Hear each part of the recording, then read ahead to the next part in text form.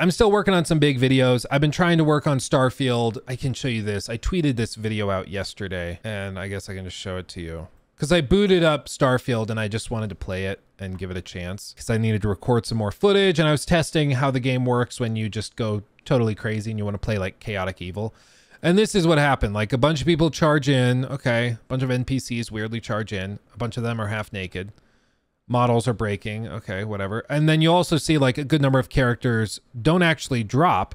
You can't actually kill them because the game needs them for quests. So they don't let you fail the quest. Like in Fallout New Vegas, you can do the tilde for the command prompts, go kill all, hit enter, and literally every NPC, character, enemy, everything, everyone in the game will drop dead. And at that point, you'll just get a series of like failed this quest, failed that quest, failed this quest. But in Starfield, just like in Fallout 4, they don't let you actually do that. Even though like, even in Skyrim, I'm pretty sure you could kill pretty much anybody that you wanted. But in Fallout 4, they moved away from that and started limiting who you could kill because they didn't want people to ruin the game for themselves, which doesn't really make sense because if you do this, you've already ruined the game.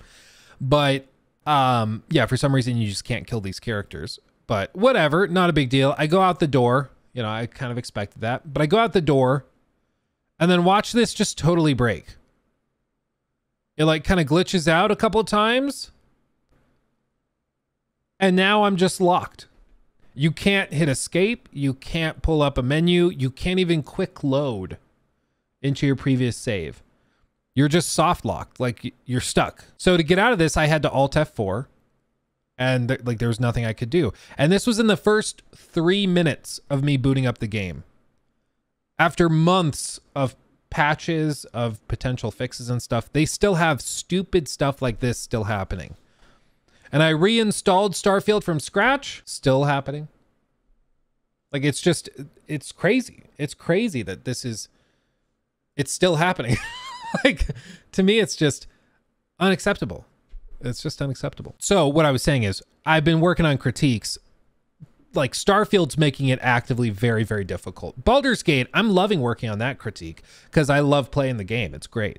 Every time I sit down to work on it, I'm like, oh yeah, this is great. What I might do is I might just put Starfield off for a bit and wait till like early next year to do that. I was going to do like a critique of Starfield first and then Baldur's Gate, but Starfield has been such a nightmare to play through that I'm just like, I think I'm just going to wait. Get to it early next year. Focus on Baldur's Gate 3 through November, December. Try to get the Baldur's Gate 3 critique out by like early to mid-December and move on from there. You know, I think that's what I'm going to do that. Or that's what I'm going to do. Andre! Hey Luke. I was really hyped for Starfield. Play it regularly, but after CP 2077 2.0 and PLY wasn't interested in going back to it. First of all, congrats on the 13 months. Thank you dearly. That's crazy. Over a year of support. That blows my mind.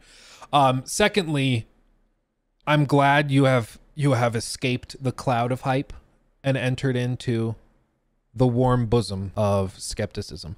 Because all skepticism is not being convinced of a claim until there is sufficient evidence for that claim. It's not being a negative Nancy. It's not being a Debbie Downer. It's just not being convinced of it until there's a reason to think that that's true, right? And in the case of Starfield, I thought there were a lot of things pointing towards it potentially not being that great, especially compared to other games on the market. And then the game came out, and it seems like largely people have come around to that way of thinking and have seen what I was trying to talk about for months and months.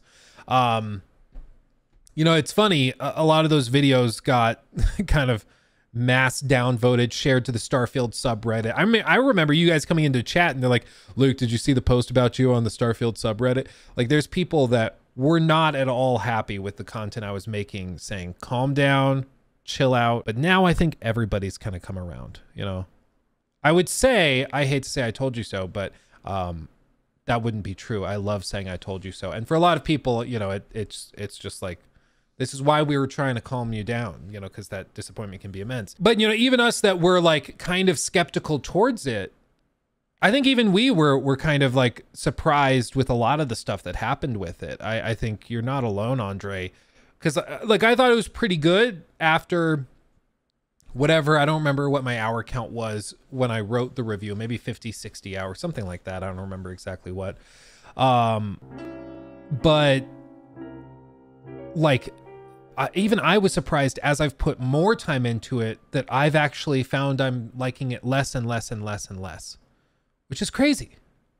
It's crazy that it's actively like settling lower and lower. It's just, I think you're certainly not alone. I think we all have lessons kind of like that, where we are really hyped for something and then we see it and it's like, oh, this isn't that great. And then we try something else like Cyberpunk Phantom Liberty and we're just like, oh, this isn't what I was hoping for, you know? Like, oh, bummer. And then you just kind of move on, you know? Yeah, the magic wore off quickly. Yeah. I think that's the same for a lot of people. Stefan, I remember your your skepticism. Sorry. Oh, that's a Freudian slip there. I remember your skepticism of Cyberpunk 2077 back in 2020, and you were so on point. Yeah, it's just with most of these games, if you go in with a level head and the game ends up being amazing, you will be all the more excited. And then if it ends up being a little more lackluster, you will also still be excited because you're just liking it. Like, yeah, I didn't expect it to be the second coming of Hideo Kojima. It's just a really good game and I'm happy about it, you know?